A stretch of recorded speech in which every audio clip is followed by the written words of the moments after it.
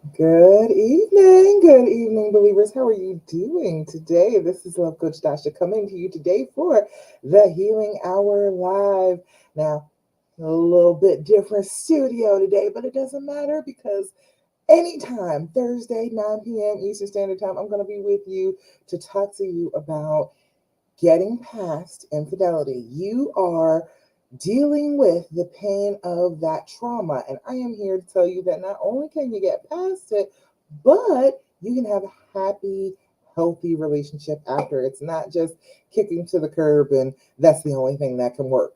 I promise you, because I have experienced it myself, so I know for sure how to do this. And I want to tell you all about it. So, hey there, Carissa on Instagram. I see you, girl. Hi. Glad you're here. Oh, I didn't get to listen to your whole message earlier. I got to listen to it. Nada. Hope you're doing well. I was just thinking about you a few minutes ago. I was like, didn't you check in on her? Where's she at? What's going on? All right. Let me make sure I can see everything here. It's going to look a little different. We moved. So, it's going to be a little bit uh, fluid for a little bit, but that's okay because I'm always going to be here for you. All right. All right. Let's see. I can see everything. Beautiful. Beautiful. All right. There we go. All right. So you all make sure that you come on, you join me, give me likes, give me love, make sure that you give me comments, make sure the algorithm knows that you know me and you like me. All right. All right. Let's see. Make sure I can. All right, there we go. So if I will always tell you about everything that you need to know to be able to get through this trauma on your own. You don't even have to wait on your boo to fix this for you. You can start getting out of this trauma. You can start feeling better. You can get to a better place without that having to happen first. All right. You start healing. When you start healing, you start going down the healing path. Guess what will happen? He's going to come along with you. All right. So you can actually start that. You can get this moving. You can get yourself starting to be out of pain. You can get yourself to a better place. And I know how to do it. So come along. Come join me on the healing path. All right. All righty, ladies. So we're going to go through the regular here. What we do every single solitary time that we are talking. I'm going to always tell you about the things that you can do to start to eliminate the effects of the trauma on yourself. Okay. You are the only person in control of your feelings. You're the only person in control of how you respond, how you react. I want you to learn how to control those emotions, how to be triggered, but to wait for just a moment and not just react to the trigger, because what happens when you just react to the trigger is it reinforces it. It makes you believe that it's even more important than it is. So I want you to take a little bit of time in between feeling the trigger and reacting to the trigger. I want you to learn so much. I want you to learn so much with me. So come along. Please make sure you ask all the questions that you'd like to ask while we're live. All right. All right. So first thing we gotta always do is gonna do our deep breathing. I need you to start doing your deep breathing on a regular basis. If you're not doing it, I'm telling you, you're doing yourself a disservice.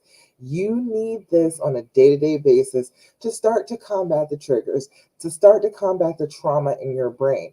Your brain has a trauma reaction that automatically sends out a spurt of adrenaline, changes the way you breathe. So if you start off with the breathing, you are taking back over control of your body from the trauma, from the trigger. So I want you to start with that. Do your deep breathing.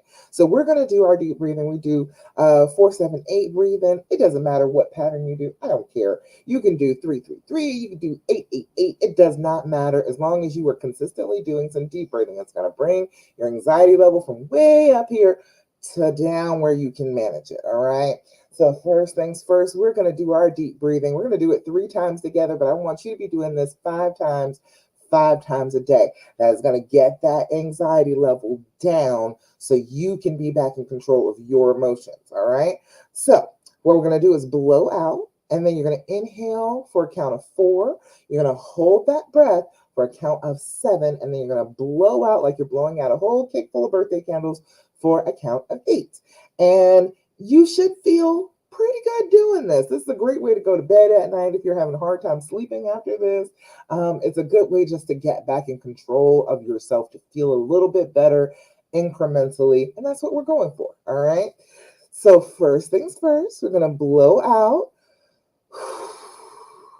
Inhale through your nose. 2, 3, 4. Hold it. 2, 3, 4, 5, 6, 7. Blow out. 2, 3, 4, 5, 6, 7, 8. Again, inhale. 2, 3, 4. Hold it. 2, 3, 4, 5, 6, 7. Blow out. 2, 3, 4, 5, 6, 7, 8. Last time. Inhale. 2, 3, 4. Hold it. 2, 3, 4, 5, 6, 7. Blow out. 2, 3, 4, 5, 6, 7, and 8. How does it feel when you do your deep breathing? Let me know. Nada, Carissa, you've been with me long enough. You know the deep breathing helps, right? Tell the people to do their deep breathing. It is important. It helps you get back in control of your brain. Your brain does things on autopilot when you're traumatized, and that's wonderful, because if you are in an emergency situation, you don't need to have to think so hard. You want your brain to do this automatically. However, if you are in a traumatic situation, what your brain is trying to do is isolate you. It is not trying to get you to connect with anybody. You and your boo aren't going to get on the same page if you are in that state. So we need to do something about that state in order to be able to reconnect with our honey. And able to be able to do that, you've got to get back in control of your brain. You've got to tell your brain what you want it to do. And what you want it to do is slow down, calm down. Let's think this through. Let's not just automatically react, because the automatic reaction is usually to separate, to isolate, to keep you away from people. So if you keep on listening to your brain instead of you telling your brain what to do, it's always going to tell you to isolate, and you're going to pull back away from your honey, even though that's not necessarily what you want. You're here with me, so I know what you want is to get closer. You want to be connected. You don't want to isolate yourself and push away. So we've got to get control over that. Carissa said, do it. Carissa said, I can actually hear your voice when I do it. I can hear you counting with me. Hey, look, if you work with me long enough, I'm a voice in your head, okay? But if you haven't been with me that long, I do have a video over on YouTube that it says start here and breathe, okay? It's me walking you through the breathing, just like I did just a few minutes ago. It's on YouTube. So go on over to YouTube. If you don't have me as a permanent voice already in your head, you can go on over to YouTube and have me count with you, okay? All right, fantastic. I love hearing that I'm a voice in people's heads. Second conscious, just to help you, just resist the urge to isolate and want to connect. I want you to be connected. I want you to feel happy and loving and loved, all right? All right, so second thing that we always going to talk about is doing your journaling. Now, since I'm moving around, I don't have my journals here. Look at that. That's amazing. This is like the first one in years that I haven't had my journals with me, but it does not matter. Whatever you use to journal. And I want you to use paper and pen, okay? I do journal in my phone every day. I do. But I also journal on paper. I love paper. I have a leather-bound journal. It's gorgeous. I do have that too. I want you to be writing it down. It's a little bit different when you write things down. When you take the idea out of your head and connect a pen to your brain, like they said in Hamilton, and write it down, a lot of the time your brain will let it go. Your brain says, oh, this is permanent. It's down in the book. It's going to be okay. She's going to come back to this thought. I don't have to keep repeating this thought over and over and over again for her to get it. So if you write it down, it's more stationary in your brain. Joni! Hey there, Joni. Glad to see you. Glad you're here. But if you write it down, it's so much better for you. And then you can come back to it. And you can also make some promises to your brain. Like, okay, brain, All right, if you just let this go for tonight, just for tonight, I'm going to go get some sleep. You work on it while I'm sleeping, and we'll deal with it in the morning. A lot of the time, it will help you to be able to go to bed. All right. First thing in the morning when you journal, first thing in the morning and in the evening is what I want you to do. 5 minutes in the morning, 5 minutes in the evening. You just want to be able to get your thoughts out first thing in the morning when you're first getting up and moving around and doing things. Get stuff out of your head and down on the paper. If you know that something may happen that might trigger you that day, hey, write that down. What's your plan for that? What are we going to do about it if this trigger pops up? Think of about 5 of them. I want you to journal about things that you're grateful for. We're going to talk about that in a minute, but it's excellent practice to write down the things that you're grateful for, because then you can look back in your journal and you can find them. Oh, there it is. There is some good stuff happening in my life. All right. So, few things for just your journaling. I want you to do your date, your time, your level of anxiety. If you are experiencing something on a regular basis at regular intervals, if it happens every Thursday or if it happens every night at 9:23 p.m., you know, oh, this is a trigger. This is something that I know about ahead of time and I can do something about it. That's why you need to write down the date and the time. And then your level of anxiety. Your level of anxiety is 0 to 10. Zero is no anxiety at all. All is right with the world. You are feeling fine. Write that down. You want to write down the 0 days. You want to put stars around them. You want to put stickers on the page. You want to remind yourself about those days, because your brain will tell you that you never have any good days, that everything is always awful. This is just a terrible thing. It has completely destroyed your life. Your brain will tell you that, again, to isolate you. And you will believe it because your brain will say it so strongly and with so much vehemence. So, what we need to do is write down the days that things are good and we're feeling wonderful, to remind our brains that, hey, everything is not always awful just because this trauma happened. And then on the other end of that spectrum, it's a 10. A 10 is a complete loss of control. Okay, most of us will feel a 10 with some PMS. All right, that's when the 10 gets there and you can't stop. You're just gonna go ahead, you're gonna say what you gotta say, you're gonna yell, you're gonna throw things. You're out of control of yourself. If you're sitting down journaling, you're probably not at a 10. If you're at a 10, like I said, you're probably screaming, you might be throwing something. You're not at a 10 if you're sitting down, opening up a book, writing in it. All right. So just keep that in mind as you go through and do this exercise. All right. All right. So day and night, 5 minutes in the morning, 5 minutes in the evening. Can we agree to that? Are you with me on that? I need you to start doing that. It's an excellent practice. It will help you to understand exactly how you're feeling so much better than trying to just remember it, trying to just recall it to mind. When you are traumatized, your memory is not as good as you think it is. It is crystal clear, sharp for things that are bad, but it will fade out and get fuzzy for things that are good or even mediocre. So you will only focus on the bad things and you will feel like your life is just terrible. But if you actually start writing down what is happening as it's happening in your day, you will have an accurate record to go back and reflect on. You can check your brain. You can tell your brain, hey, wait a minute. No, it was not like that. I wrote it down. It was not awful all day long. I did have good times. We had good times. Things were going okay. So why are you lying to me, brain? Your brain is lying again to isolate you. Okay. That's what it does when it's afraid, when it wants you to be safe. It will try and isolate you, try and get you away from your honey who you want to be safe with. So we've got to overcome that. All right. Third thing that I always want you to do, I'm going to always ask you about, is to practice an attitude of gratitude. What are you thankful for today? I want to hear all about it. Give me your Thirsty Thursday good news. All right. Everybody that's here with me, everybody on Facebook, everybody on Instagram. I'm so glad you all are with me too, by the way. Thank you for being here. But let me know, put in the comments, what good things have happened to you this week? What are you grateful for? What are you like, oh my goodness, I am so glad I had this in my life.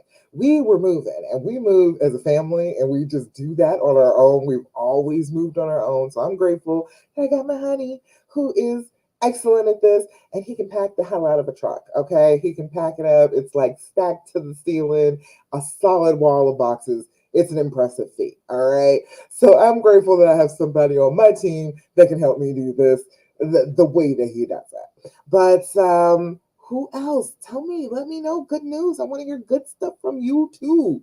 Even in the midst of moving, if you start to look for the things that you should be grateful for, it is much easier for your brain to bypass bad things. You get into the fear and the pain of this trauma, and you get stuck. You get stuck in the thinking, hey, because mom, I see you on Instagram. You get stuck into thinking that everything is going to always be bad.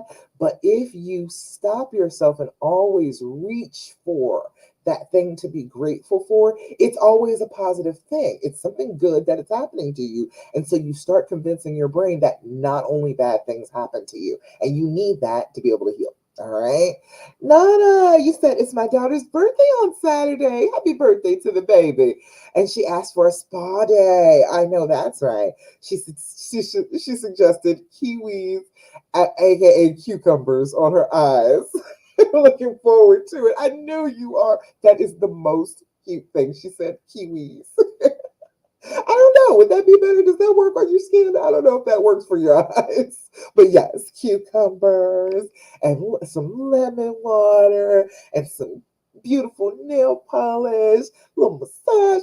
I know she's going to have an excellent birthday. That's great. I'm so glad that you got that going on this week, Nana. Hey, because mom, I see you, girl. All right, let's see. Anybody else? Anybody else? What we got over here? This say, hey, girl, Bernadette. You say you're grateful for last night. We had a wonderful, uninterrupted, intimate moment. I know that's right. I know that's right, girl. That is a beautiful thing. We could have, oh, especially if you got little kids and you actually got to have a completely uninterrupted time with your boo. I know that is such a beautiful thing. Oh, I'm so happy for you, Bernadette. Joni said, I got a new position that I have waited for at work for over a year. Get that bag, Joni. That's how you do it. That's what I'm talking about. Get that bag. You keep on progressing like you can. All right. You said, can't wait to get my journal. Oh, girl, you know what? The moving thing, I totally forgot about that. I'm sorry. I'm going to send you your journal. You did win, didn't you? I totally got lost with that. I'll make sure you send it to you. Oh, goodness. All right, let's see. Let's see. Any other good stuff? Any other good? Oh, Maka's mom, you're so glad that you. I'm so glad that you made it too. I'm glad that you got here with us. You're not exhausted. You got the new job. I know what's going on. So, hey, as long as you can make it some of the time, I'm happy. I'm glad that you're here. All right. So fabulous. Good things are happening. It is easier to reach happiness from gratefulness than it is from the misery of the trauma. All right. That's a good stepping stone. So if you can think of things that you are grateful for, start writing them down, listing them, experiencing them, just paying attention to them more. You are training your brain what you want it to look for. You want it to look for the good things instead of the bad things and stop making you so miserable. All right. Oh, Johnny, the move. There's not too much to tell. It's just, 3-bedroom house we did with the kids. We moved all that crap ourselves. So, yes, we did the thing. It's exhausting. I don't think I'm ever going to do it again. I think I'm going to hire like a team next time and just have them move stuff. I think that is what is going to happen this next time. Because mom, you said, I have a storyline because my boyfriend is in another state. But for a good thing, I'm just glad I'm working out. I know that's right. That's what I'm saying. Even in the midst of things going on, and people have long distance relationships all the time. That's not even one of those things that will like destroy you or anything like that. But it's good that you got your job. It's good that you're working in a field that you really enjoy, and that is going to help you with the long distance thing. If you're not in a place where you're enjoying what you're doing, you're not happy, then you start focusing more and more on what you don't have right in front of you, and then that doesn't work very well. Then you start to get really really, really disgruntled. You know what I mean? You start to get downright disgruntled. So I'm glad that you got something else going on in your life. And we all should have that. We should all have something else going on in our lives that makes us happy and not just our relationships. Our relationships can't be the only thing that make us happy in our day-to-day lives. It's really codependent, first of all, and I don't want you all to be codependent, but second of all, it's not giving anything to yourself. It is giving something, all of your effort to a we instead of to me. I am just as important as we. So I've got to take care of myself. I've got to do the things that I want to do, that I enjoy, that I want to do every single solitary day. Because if you don't do that, then what's the point? What is the point if you can't do things that you enjoy? You know? Cosmo, you said, I swear people always throw negatives to long distance relationships. They do, but I've seen plenty of them work out. Plenty. It's just in the moment where, hey, look, I got to do my thing, my business thing here, and you got to do your thing over here. And okay, we still love each other. We still want to be together, but it's a little hard right now. And it's a little hard when, the whole cheating aspect has been thrown into it too. But honestly, like plenty of long distance relationships work out just fine. So I wouldn't stress about that. I just focus on being as much in communication as you possibly can, making sure that's a big thing about being in a long distance relationship. As much communication as you can get without being annoying to each other. We don't have to like overdo it, but we want to be communicating effectively on a regular basis so that we know, hey, look, I still love you. You still love me. This is still happening. This is still working. And if we can keep that going, you're still there for each other. You can keep on going with the relationship and be there for each other and be happy. And then all of a sudden, it'll be at the time where you are back together. It's so funny when people that I've talked to before who were in long distance relationships and then, finally we get to the point where we're together, it like all melts away. They were like, the whole time that we were apart, it seems like it melted away, and now we're back together and it's fine. We're together. Everything is wonderful because we're together. You know what I mean? So I'm glad for you, Mama Khan. I see you over there on Instagram. Thank you for joining me. I love it. I'm loving that everybody's here with me today. Thank you all for joining me. Oh, goodness.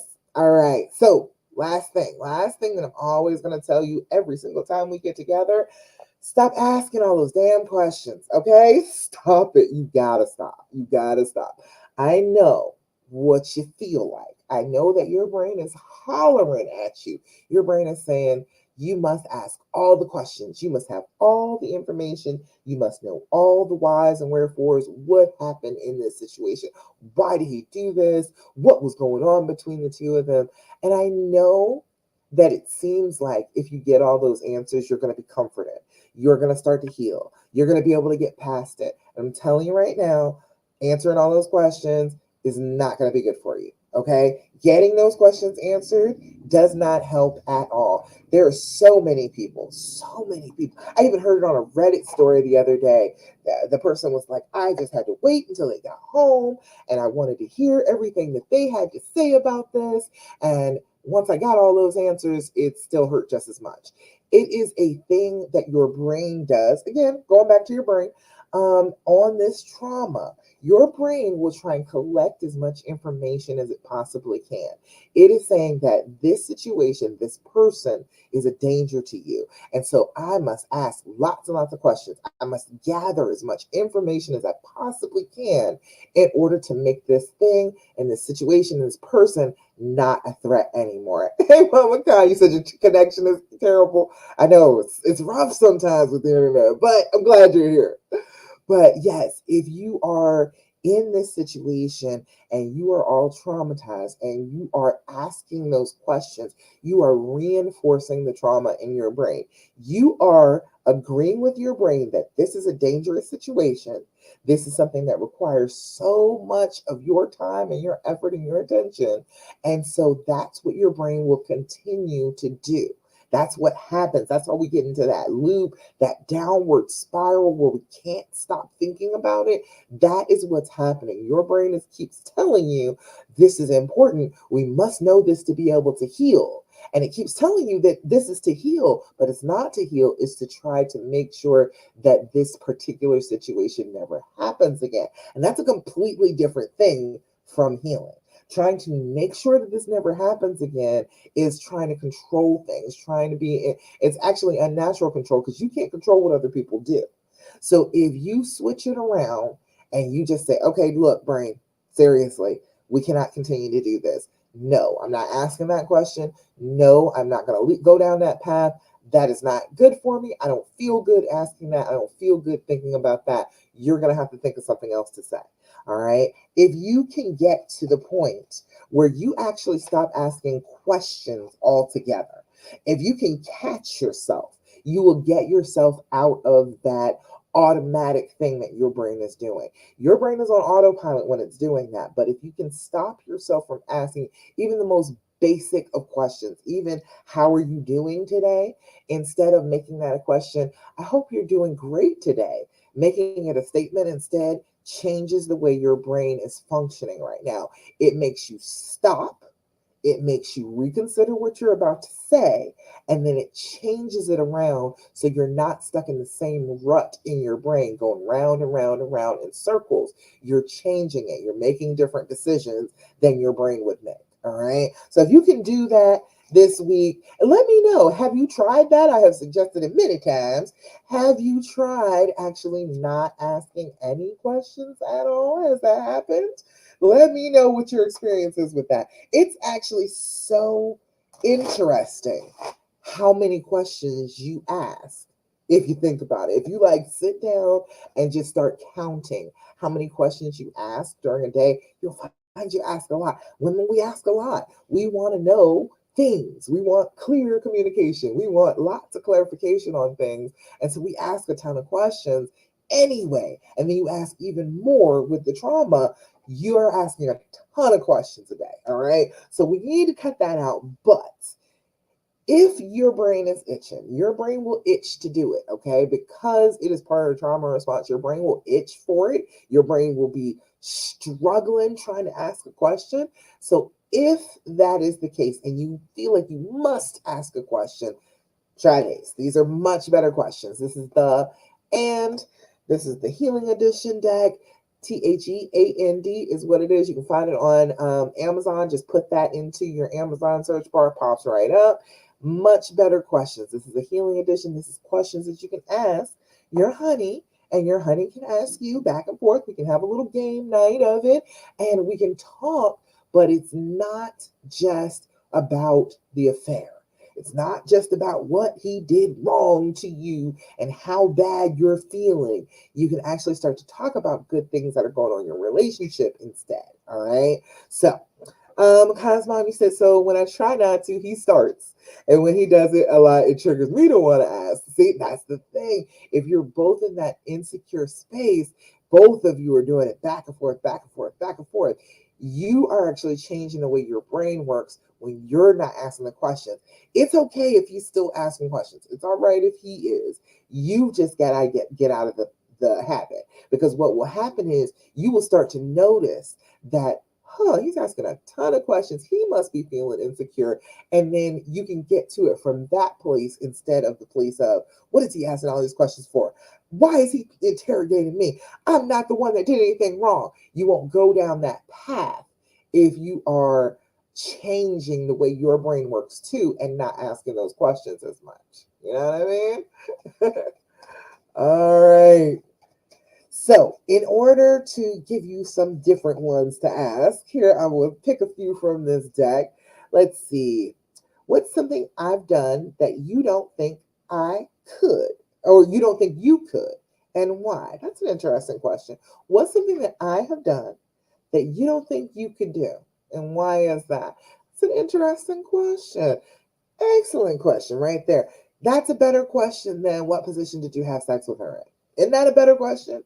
Isn't that something that you would rather learn about him, is how he sees you, his perspective of you, rather than questions about the affair? Wouldn't that be better? I think that's better.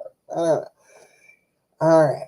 Second one said, when was the last time you misunderstood me, and what have you learned from it? That's an interesting question right there. Misunderstandings happen. You know what I mean? You could be in your own little world. You could miss something. And clarification of a misunderstanding is good communication. So that's a good one. When was the last time you misunderstood me? And what have you learned from it? That's always the good question. What have you learned from it? That why, that follow up. That's an excellent way to go about gathering more information from your honey. Um, One more. What is one thing you never want me to forget about you? Isn't that a good Isn't that a better question than the questions that you've been wanting to ask? Tell me honestly, give me some likes, give me some love if these questions are better questions than the ones that you would think of. All right. That's the whole point. The whole point is to do something different with your brain. Your brain automatically has these reactions to trauma. We've got to get out of those automatic reactions in order to heal. For anything to get better, for him to even do better, you've actually got to start down the healing path, start leading him along it. Okay. All right. So fantastic. I like those questions. I like those questions. All right, let's see. Elise. Hi, Elise. You said, how can I train my brain to not think the worst about simple daily things? Last night, I called him and he didn't pick up. So my brain automatically thought he was out cheating with another girl since he didn't pick up the phone call when he left the house. Elise, see, this is the thing. Okay, we've got to catch ourselves even before the phone call is made. Because see, what happened was probably you had some little doubt, some little fear, some little inkling was messing with you. And you wanted to reach out and wanted him to respond because it would have reassured you in the moment. You tell me if I'm wrong, because this is something that I see on a regular basis. You tell me if I'm absolutely crazy and that's not what happened. But usually that's what it is. It's before you've actually made the call. Because your brain is like, see, I bet you if you call him, he won't pick up. And then you get into that headspace and you're like, well, he should pick up. There's no reason for him not to pick up. I'm going to call him and see if he picks up. Then you call, and then God forbid he doesn't pick up. That reinforces the anxiety and the fear in your brain. So that's the first thing. Check before you're about to do something. If you are in your body feeling a certain way, at least tell me about it too. Let me know. If you are, when you were doing this, right as you were getting ready to call him, where did you feel something in your body? Let me know if you experience this. What will happen is your body will tell you that you are triggered before your brain can recognize it. All right. Your body is automatically responding to your brain, sending out the signals that fight or flight, and it will do it automatically. And so if you start to pay attention to the areas of your body that are affected by that fight or flight, you will know ahead of time that your thinking is about to be a little twisted. You're about to get triggered by something. So if it's like you were getting ready to dial that phone and your heart is thumping in your chest, that's a sign to stop. That's a sign to stop right there. Do your deep breathing, get back in control of yourself. And then, okay, if you still want to call, then if it's still a great idea, if you still want to call at that point, okay, do it then. But if you are in your body feeling discomfort, feeling your stomach twist, feeling your head squeeze, hearing rushing in your ears, feeling like you can't talk because there's something right here up in your throat, your heart pounding, your ribs hurting because you're breathing so fast, so erratically, your stomach churning or feeling like there's a stone in it, it just drops. Any of that, check that feeling. If you have any of those feelings with your triggers, always check for that feeling. And then, okay, if that feeling is present, okay, I'm triggered. All right, I'm just going to automatically assume that is what it is. I am triggered. Because Bobby said that he felt that most of the evening feeling jittery. If you have gotten triggered, it can last a long time. It'll just keep on going. It's like a bad anxiety attack. It just keeps messing with you. But we've got to recognize that feeling. and then do something about that physically, because you can do something about that. You can do your deep breathing. I'm trying to tell you, it is the opposite of that feeling, of that your heart beating fast, everything changing around inside your body, slowing that breathing, getting rid of excess carbon dioxide, breathing in excess, well, you don't even have any excess, but breathing in a lung full of oxygen is going to calm that reaction down. And then once the discomfort level in your body kind of dies down, then you can think about it clearly. But if you are in that moment and your heart is pounding, it doesn't matter. You are automatically believing the absolute worst case scenario. So like you're telling me about something that like simple daily things like him not picking up the phone. Okay, I'm old enough to remember when we didn't have cell phones. I'm old enough to remember when we didn't pick up the phone every single solitary time somebody called. Okay, I remember that. I know a lot of people don't remember that because we've had cell phones for so long, but there used to be a period of time where that wasn't a big deal. All right, so we've got to be paying attention. Is this something that I would be upset about if he hadn't cheated? Am I going to just be upset about this because of the infidelity?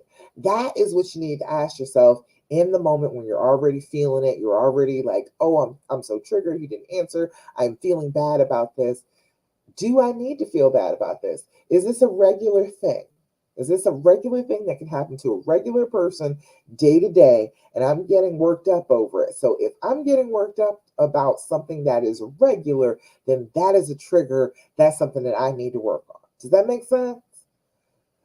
Elise, she said, I don't recall feeling anything before. I just wanted to tell him something real quick. Then when he didn't pick up, that's when I was triggered and thought the worst. Okay, fair enough, fair enough. You just, picked up the phone real quick to call him. That happens too. Does happen all the time.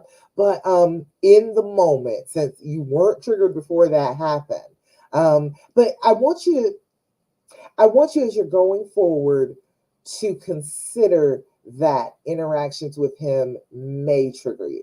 If you start off from that, if you reach for the phone and you're like, if he doesn't pick up this phone call, all right, every time you're about to reach out for him, every time you're about to reach across the distance for him in some way, shape, or form, check and say, okay, wait.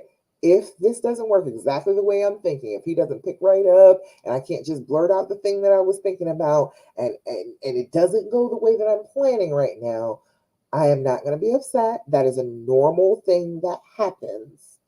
And the only reason I'd be upset about it is because he cheated on me before. And I'm not going to live my life being upset about normal things just because I was cheated on. Does that make sense? Let me know. That's a hard thing. That is a hard thing to do. Regular things will trigger you, and you're like, but he cheated, so I should be stressed out about that. No, we've got to learn not to be stressed out about that. We've got to train our brains that regular things happen, and that doesn't necessarily mean, oh, he's doing something terrible. That doesn't mean that. If it's a normal thing, check on that in your head. This is a completely normal thing to happen. Sometimes I miss a phone call. All right. Would I want him getting mad at me if I missed a phone call? Ask yourself that type of stuff. It will lead you to the right thing. Check what the thought is, especially when you start to get triggered and you still start to feel it physically. Check the belief that you're having. Check the idea that's going through your head. It will help you get real clear about the things that you're thinking, which is a good thing, especially if you're traumatized. Write it down in your journal so that you can come back to it later on. I already learned this lesson. Hey, this is a regular thing he did. That is not something to be upset about. I found that out the last time. Okay, now I know for the next time. You know what I mean? Good. You're welcome. I'm glad I can tell you something you needed to hear today. Because mom, you said, I have a question. How did women find out back in the days when it wasn't phones and social media if they weren't living together? Girl, men are sneaky. That's how they like, men are sneaky. Men have never been sneaky. Like, what are you talking about? When they do something, but when they're off doing something wrong, a lot of the time you know about it. A lot of the time it was, like if you go back to like our grandparents, great grandparents, it was like the community. Like it'll be like somebody in the community knew about it, somebody at church would say something about it and mention something. But you know what? A lot of time, things like that didn't happen until the baby was born. The outside baby was born. It'd be like, damn, he looks a lot like my husband. That would be a thing too. So like before the cell phones, before the things, we found out all the time. We found out all the time. So it doesn't really make too much difference. I think the access to cheating was is more now with the phones. But the actual finding out about it, we only start going through the phones once we are like, oh, this doesn't feel right, something is wrong. So you already know before you go into the phone. You already knew that. So you were already expecting to find something in the phone. You already had the knowledge there. It just wasn't complete idea about exactly what was happening. But you know ahead of time. We all know. But and if you didn't know, and he was just super, super good at being sneaky, first of all, that's impressive. But second of all, it's okay because that does happen sometimes. You got to just accept that, okay, yes, he was really, really good at being sneaky at this time, but I know what to look for the next time. But yeah, I have it all the time. I have I won't say who, but I have a relative that had two whole families and living like in the same neighborhood, not far apart. Their children went to school together. And so didn't know about it until like the kids were about grown. So, happens all the time. I was thinking, should I look in his phone if I do feel it? Absolutely not. Absolutely not.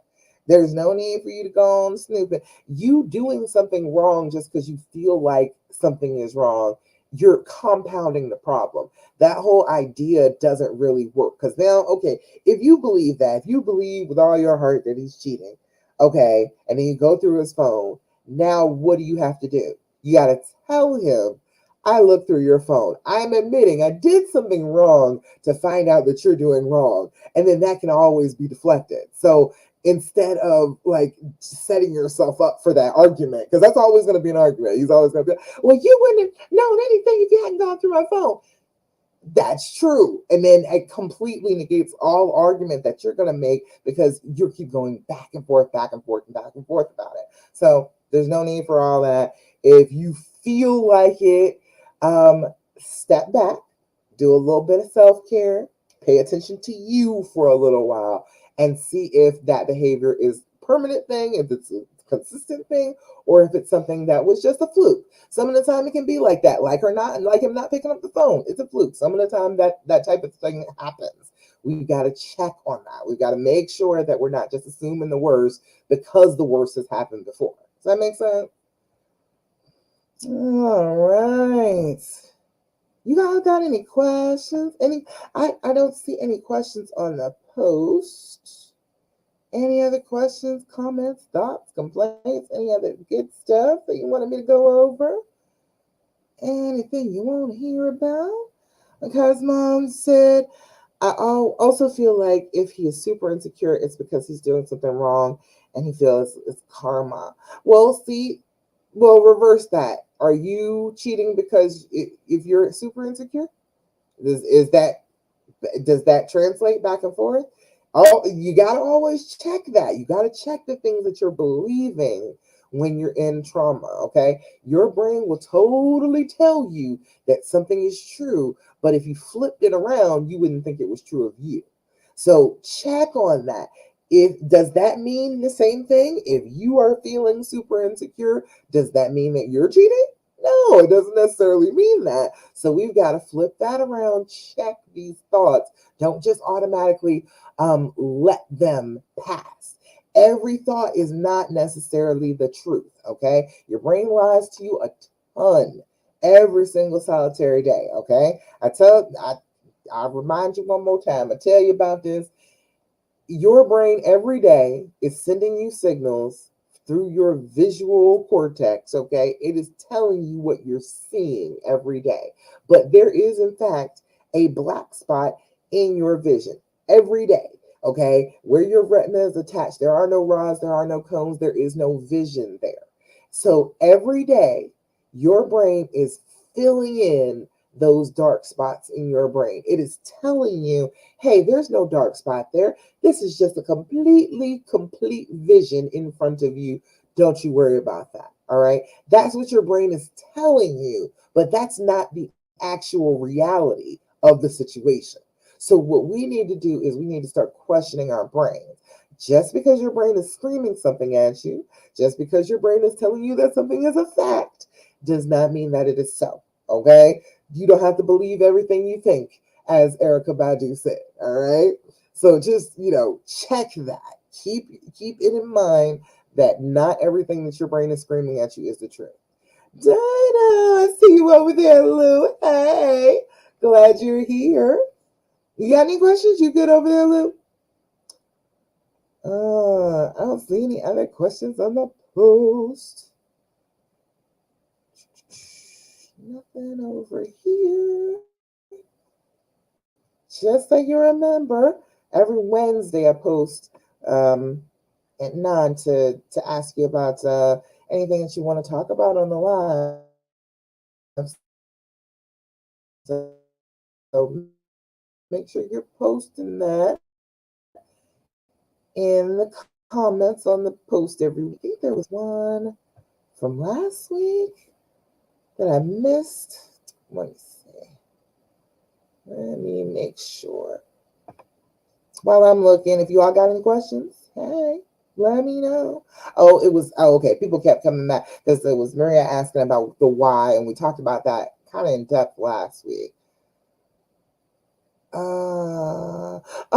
This is what Sabrina asked. Sabrina said, I wonder every day how long men are in relationships before they start getting bored. People are people. People get bored. That's not just men. That's not even the case. Men and women both get bored in relationships. I think that's what the 7-year itch actually really is. People always talk about that. They're like, oh yeah, about 7 years, it's trouble starts in the marriage, you start having a harder time. And I think it's just a little bit of boredom. I think it is the fact that a lifetime together is a very long time. And so if you are just consistently with this person and we've got a routine down and we're doing our thing every day, it starts to get boring. And it's not because you're bored with the person, it's just the routine, the regularity of everything starts to get a little bit boring. And then you're like, oh, I need something to spice this up and make my life more exciting. The thing is, if you go to somebody else to do that, you're using them. You're not doing something for yourself. You're kind of taking away from another person. So if you are bored, even if you get bored, I need you to start looking for healthy ways to make yourself less bored instead of using somebody else to help alleviate your boredom like they do. You know what I mean? Oh, I knew I wanted to come back to that question. Alexis was saying that she said sometimes I think if a woman is putting it out there because of her own insecurities, I think a lot of men will take it. That does happen quite a bit. It's the weak gazelle theory. That's what the lions go for is the weak gazelle. If they're if they're limping along with the insecurities, it's easier to bite them. So no matter what she looks like or dressed like, yeah, exactly. Lily said you just need to hear my voice and reasoning. I'm so glad. See, I'm glad I can do that for you. The voice, I don't know.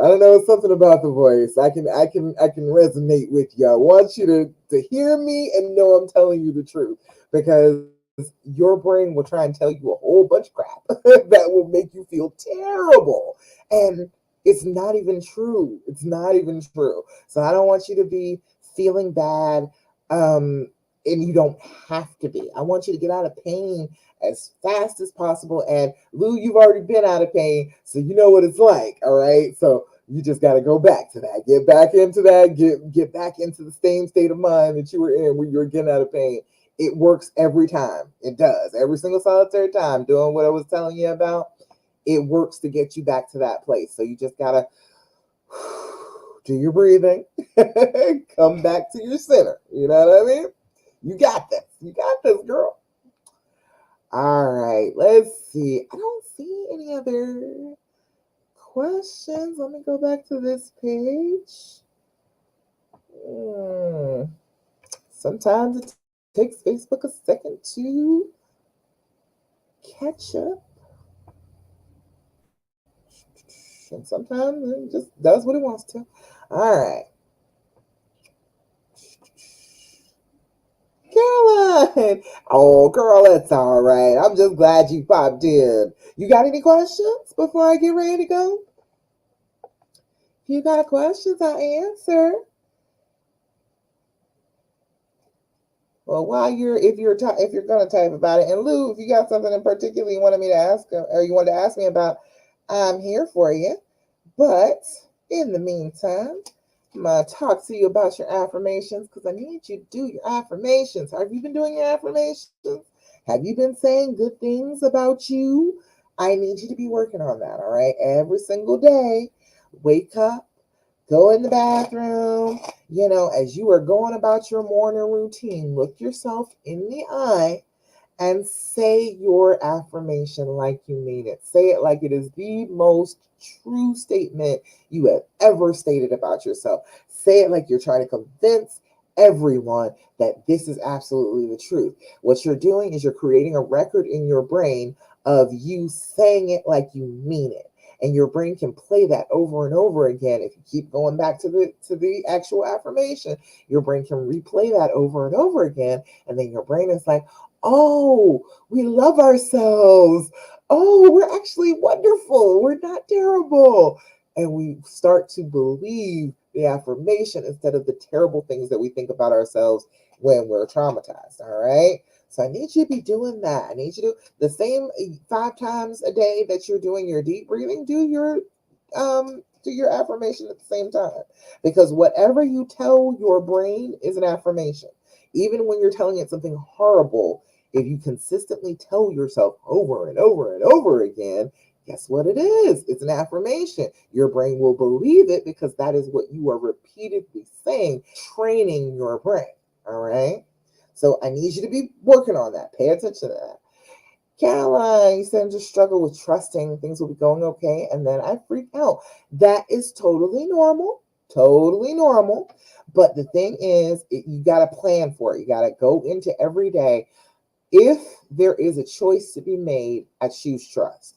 Tell yourself that before everything happens in a day. When you first wake up in the morning, you tell yourself the same way you do your affirmations. If anything happens today where I could trust him or I could not trust him, I'm going to choose to trust him. Every single solitary time, whatever it is, I am going to believe that. If you have that as your default, if you tell your brain that that is what we're doing every single solitary day, it will start to do that. It will start to automatically do it instead of you having to think so hard about trusting. Trust is a belief. Trust is not anything that you can really quantify. You just have to believe. You have to say that this is what I want to believe about this person. And a lot of the time, what we believe can make things true. All right. If you keep on believing everything is going to be terrible and your attitude starts to leak that through, things start to become terrible. But if you get the attitude like everything is going to be okay, everything is going to be fine, we are going to be loving, happy, wonderful together, your brain will start to look for things that make that true. It will try to make that connection. It will look for ways for you to be more trusting, more believing in them. So tell your brain what you want it to do first thing in the morning. If there is a choice, I'm going to trust my boo. That is what I'm going to do every single solitary time, no matter what my brain is telling me. And trust is like any muscle. It's something that you can build up with repetition and some weight. You already have the weight. The weight is the trauma, okay? All you need to do is get the repetition down. If you got that repetition down, say every single time, I have a choice between trust or not trust. I trust. You will tell your brain that's the right thing to do. You'll build up that trust muscle, and then it won't be every situation. Do I trust? It will be, oh no, that's the default. I do trust. And then it'll be a lot easier then. All right. Does that make sense? Lou, hey, Lucen. My husband was telling me how frustrating the triggers are. I can only tell him that I understand him, and I wish he could understand that I'm doing my best not to blow up. Yes, that's true. I understand, but it's like the same thing. Like, all right, would you want to be continuously punished for something that you did? You got to think about it like that, because that's where he's coming from. If you keep on having triggers, I am being continuously punished by you for something that I did wrong in the past that you said you forgive me for. And should I believe you? Should I believe that you actually forgive me? Should I even believe that you love me? If you're telling me that you forgive me, but you're not acting like you forgive me, then that's not loving, right? So you got to get into alignment with the love. You got to get into alignment with that. Yes, you were going to have some triggers. We're not going to go to him with the triggers. We're going to handle our own triggers. We're going to do our deep breathing. We're going to journal. You can talk to me anytime. You go ahead and send me a message and work through the trigger on your own instead of going to him and making it be a problem with the relationship. Because if you keep on going back to him and telling him that I'm feeling bad because of what you did, it's continuous punishment. And you wouldn't want that. You wouldn't want to live like that. So we've got to make sure that we're not trying to make our mates live like that too. That makes sense? I know you're doing your best not to blow up. I know you are. I know you are. But what we've got to do is actually like change the behavior, make it so that our brains aren't just automatically saying, "Oh, I'm triggered. I'm going to go off on him." No, we got to change the behavior. Tell our brains what we want them to do. All right. Caroline, but what if I shouldn't be trusting him? Why shouldn't you? If this is the person that you're going to spend all your life with, I'm asking you to trust one person. I'm not asking you to trust anybody else. I am not. I don't trust anybody else, okay? He's my one person. I trust him above all others, all right? I've seen too many people do too many things at this point. So I trust him. That's my only person. That's the only person that I give that belief to. So if you shouldn't be trusting him, then who? Who do you want to trust? Who is going to be the person that you give that to, if not to your mate, if not to the person that you are going to live with for your entire life? You know what I mean? Like, who else? Why would you want to trust anybody else besides them? If you are with this person and you don't think that you can ever trust them, they are just completely untrustworthy, then they're not the right person for you to be with. But if you feel like they're the right person, then you do trust them, and that is a person you should trust. You want to be connected with them. You want to have that trusting relationship. That's not a bad thing. I know it's exhausting. I know it is. So it's also from feeling like this, just want things to be easy for a while. It gets easier. It gets easier. It does. But you have to start from the hard part, because once you get the momentum going, it's easier. But it's hard to get that momentum going because, again, your brain does not want you to trust him again. It wants you to isolate from him. It does not want you to reconnect. And so your brain is kind of working against you for a while. If you can keep that going, keep on trusting, even when your brain is screaming that you shouldn't, you start to develop momentum, and then it starts to get easier. All right. It gets easier. I promise it does. Louis said, yes, he's just so nosy. He wasn't. Well, see, that's the thing. If something's going on with you, he knows something is going on with you. He's like, oh, dang it, what? All right. So we gotta hide that a little bit better. Go do some self-care when you're feeling like that, and your face is showing everything that you're feeling. Go do your self-care, separate out for a little while, take care of yourself, and then when you can get your face and your emotions back under control, then you can come back. All right. Oh, all righty, y'all. I think that's about it. Y'all good? Everybody good? I think that's about it for right now. So I'm gonna go ahead and get your affirmation. Oh, look at that. We're going back to the very beginning. Today I will breathe. Today, as I face challenges, I will call a mental timeout. I will consciously breathe with my eyes closed and focus on slowing my inhalation and exhalation. That's it. Slow down, stop for a minute, breathe, interrupt the autopilot that your brain is on for this trauma. If you can start doing that, you'll start getting better. You'll start feeling better. You'll be traveling the healing path. It will get better between you, but you got to breathe, okay? Take a moment, stop yourself from just reacting, all right? You got to choose what you want. What is the big picture of this working out? All right. Journal that for me. As a matter of fact, I want you to sit down with it and do your breathing and then journal about what it would be like if this is all behind you, that you are better, things are wonderful, you're feeling trusting. Like, paint the picture. All right. So that it's in your journal in detail. Write down as much detail as you possibly can of how everything will be if everything is all better. All right. And then every day, put yourself in alignment with that. Okay. If I want things to be all better, we're going to be really loving towards each other. Should I bring him this trigger? Is that really loving? If I know it feels like, oh, well, if he loves me, I didn't ask about that. I said, if you want to be loving, you got to be loving. So is it loving for you to present him with this trigger and say, here, you broke this, fix this?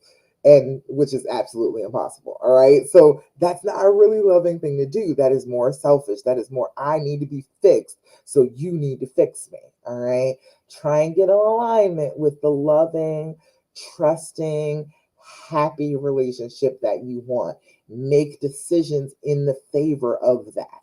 Every single time there's a choice, always go back to your vision of how things will be if things are all better, and then react from that instead of reacting from the automatic autopilot trauma response that your brain wants to have.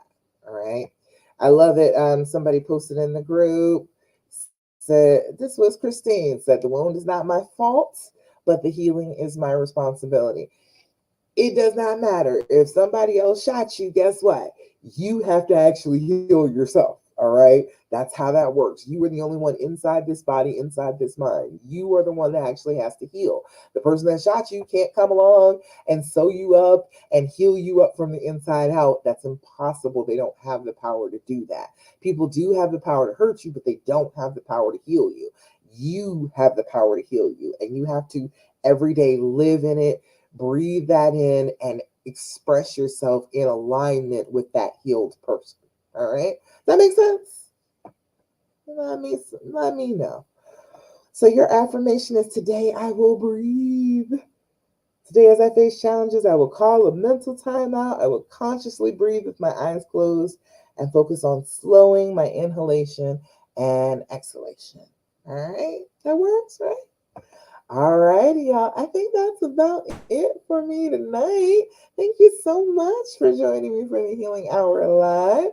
I'm gonna be around, so message me if you need anything. If you're having any issues and you want to talk, let me know. I am going to be starting a new After Infidelity Mastermind group pretty shortly here. So if you're interested in getting in the group, let me know. All right. All right, so y'all, that's about it. I will see you next Thursday, 9 p.m. Eastern Standard Time. Until then, do your deep breathing, do your journaling, be grateful, stop asking all those questions, and do your affirmations. And more than anything, don't do what the fear tells you to do. It's always going to lead you wrong. All right? I love you, and I'm so, so proud of you. And I will see you again next week for the Healing Hour Live. Bye. Bye, Instagram. And bye over here on Facebook and YouTube.